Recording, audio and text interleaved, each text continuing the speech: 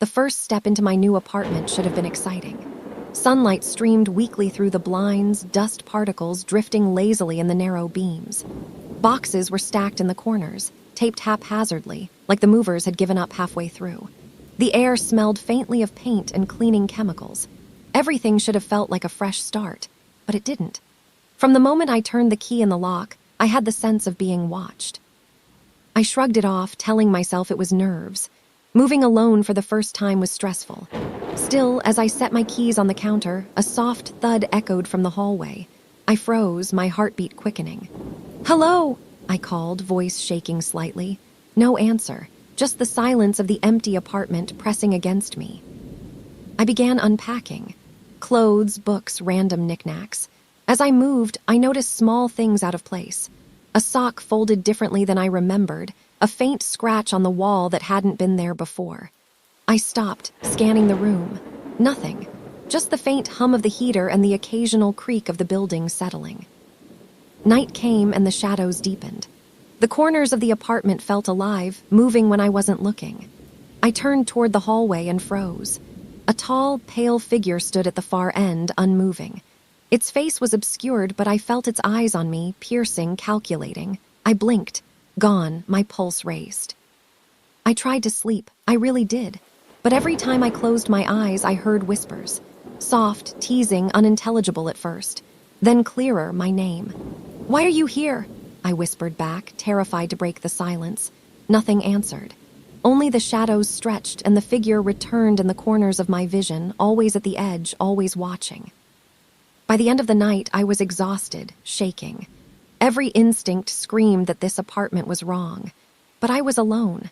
And there was no one else, just me, the shadows, and something that didn't belong. Morning came, but it didn't bring relief, only more unease. On the doormat, a single playing card lay face up, the Queen of Hearts. My fingers trembled as I picked it up. "What the hell?" I muttered, turning it over. No markings, nothing, just a standard card, yet somehow it felt heavy, ominous. I tried to convince myself it was a prank, maybe a neighbor with too much time on their hands. But as I carried it inside, the air shifted. The room seemed colder, and the shadows clung closer to the corners.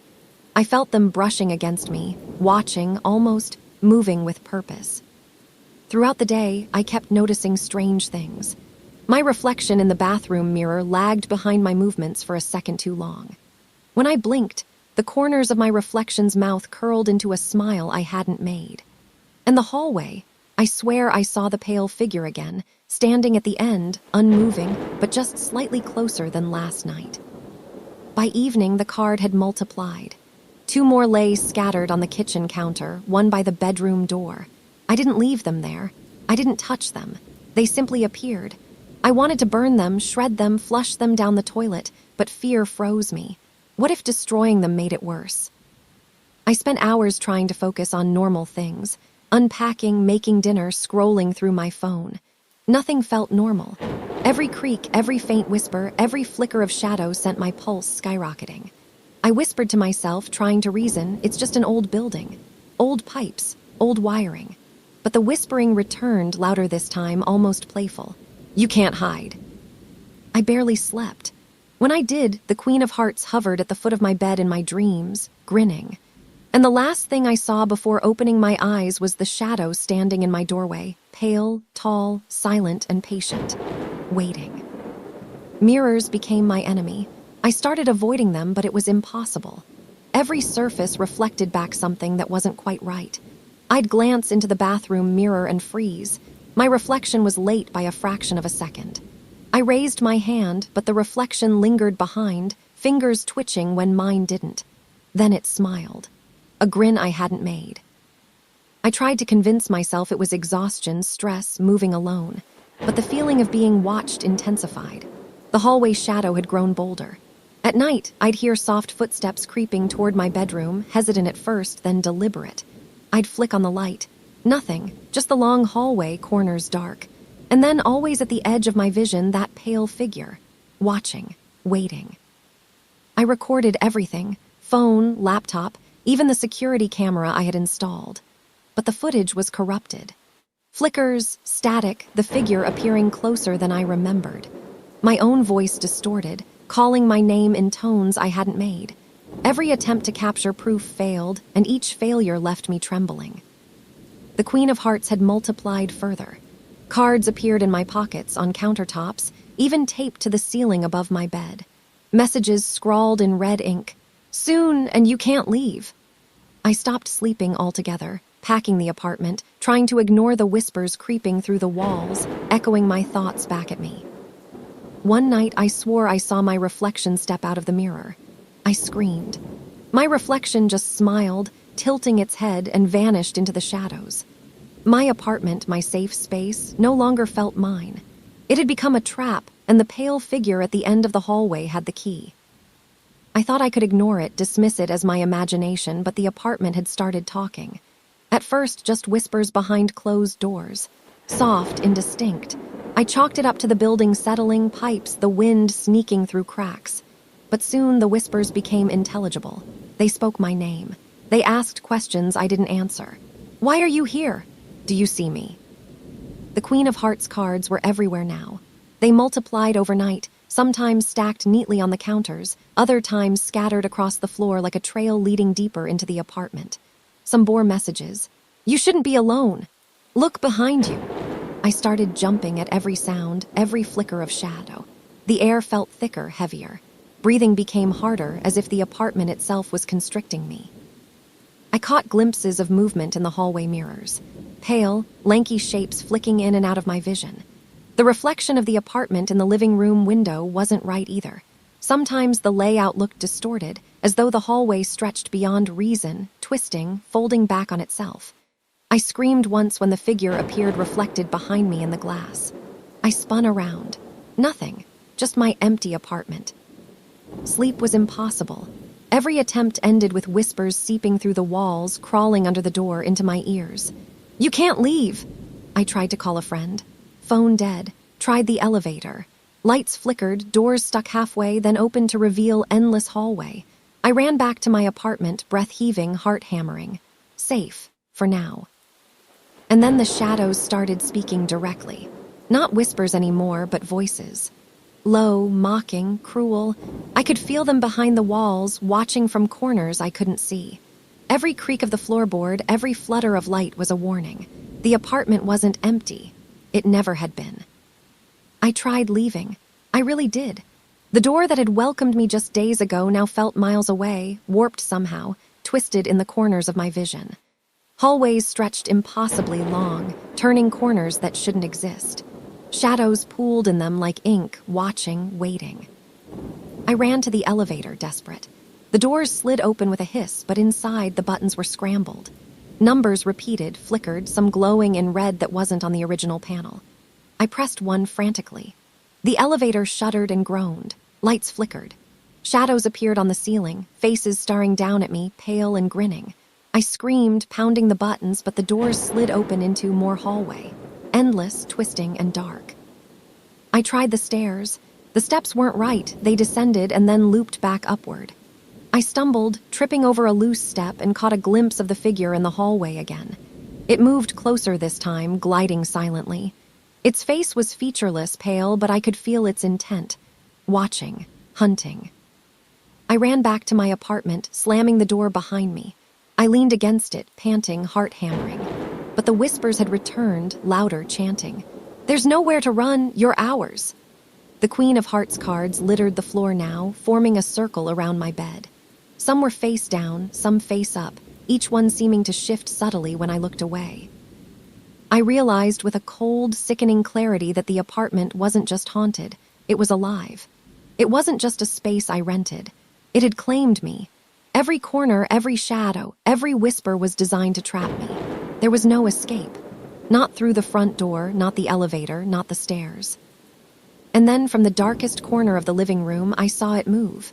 Slowly, deliberately. My pale figure, taller than the ceiling should allow, gliding toward me. Smiling.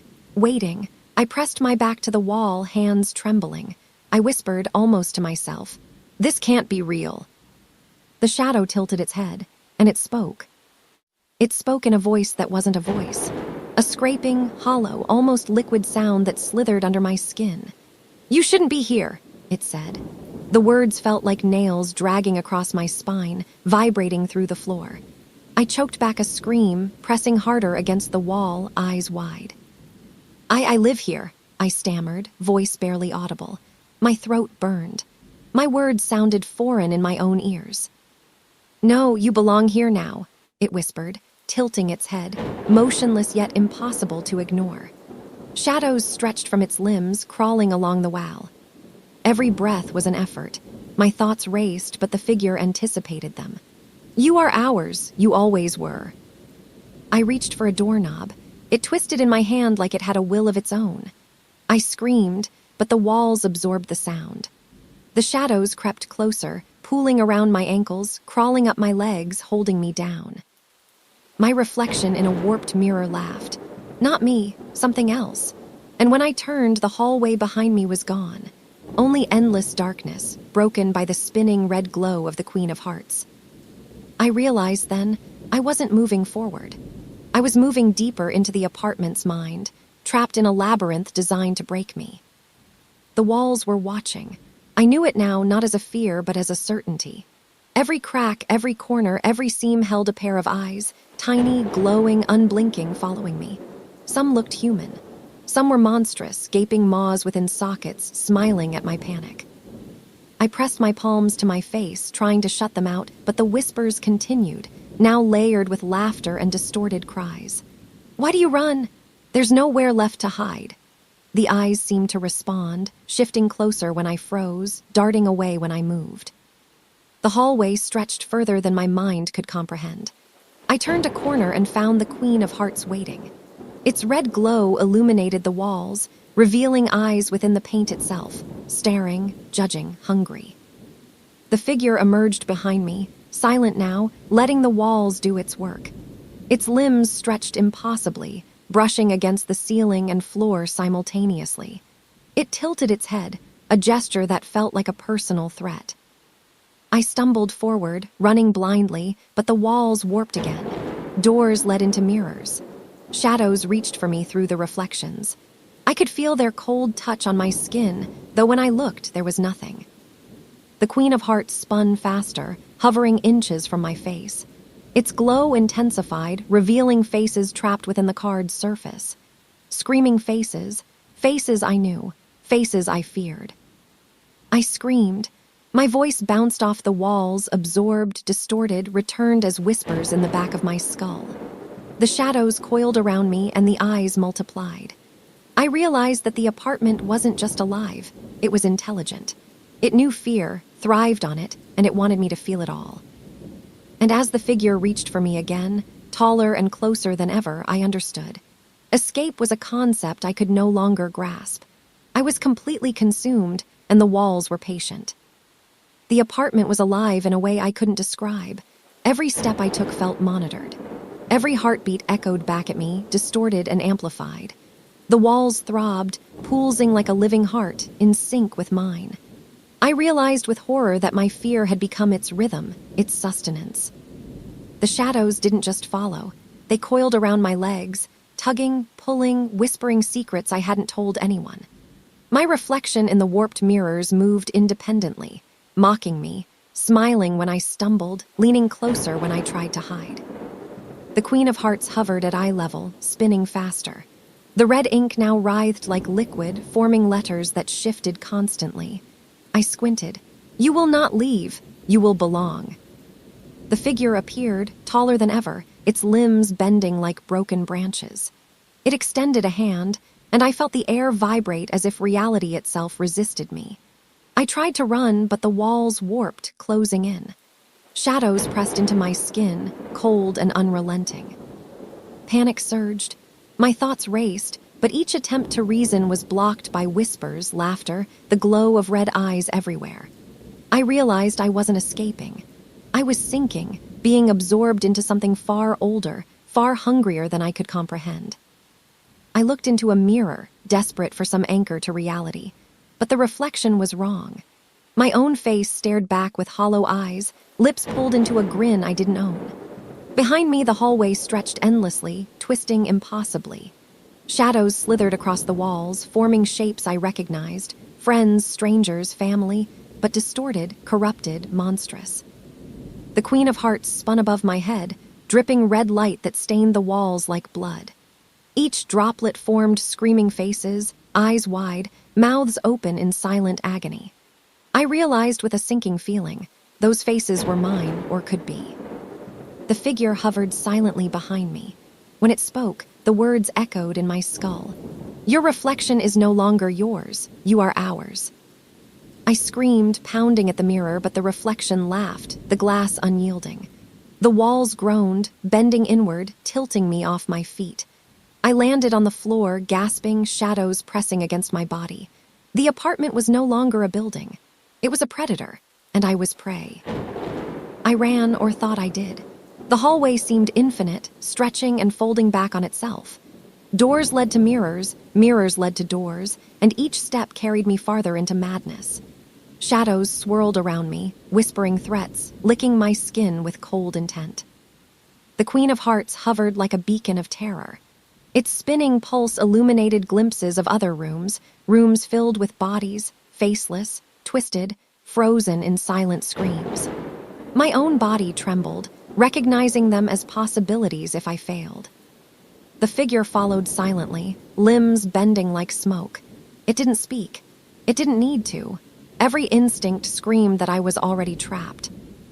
I felt it first on my ankle, a shadowy tendril, icy, sticky, pulling me downward.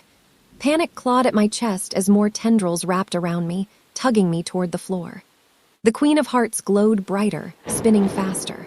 Red light reflected off the walls, the shadows, my twisted reflection. I struggled, but the shadows were relentless. The whispers became screams. My breath came in short, desperate gasps. The figure leaned closer, faceless yet somehow personal. Its voice filled my skull. "You cannot resist. You are ours." The apartment was speaking now, clearly. Not whispers, but voices. Mocking, threatening, omniscient. Every secret I'd ever held was shouted aloud. The shadows moved faster, coiling, dragging, reshaping the walls into forms that should have been impossible. I tried to fight, clawing at the walls, at the floor, at the shadows themselves. Pain shot through me, cold and searing at once. Every attempt to flee ended in loops, the hallway twisting back into itself, dragging me back toward the Queen of Hearts. I felt myself slipping. The walls weren't just walls, they were a living thing, and I was sinking into them. The floor melted under my weight, shadows rising to meet me, wrapping me in cold, sticky darkness. The Queen of Hearts pulsed above me, casting red light that revealed faces trapped in the plaster, screaming silently. The figure loomed above, bending, stretching, pressing me further into the floor. Every breath was a battle, every heartbeat a drumbeat of terror. My mind fractured, reality fractured. I gave in, I had no choice. The walls, shadows, reflections, the Queen of Hearts, they swallowed me whole. The apartment exhaled, poolsing in satisfaction. My voice became whispers. My eyes joined the reflections. My hands merged with the shadows. The hallway stretched endlessly, doors opening to nowhere, mirrors reflecting nothing but red glow. The figure hovered silently, limbs folded impossibly, faceless, satisfied. I was gone, and yet I could feel everything. The apartment had consumed me, but in doing so, it had made me part of it. My fear fueled it. My thoughts, my memories, my screams, they became the walls, the shadows, the Queen of Hearts. Forever,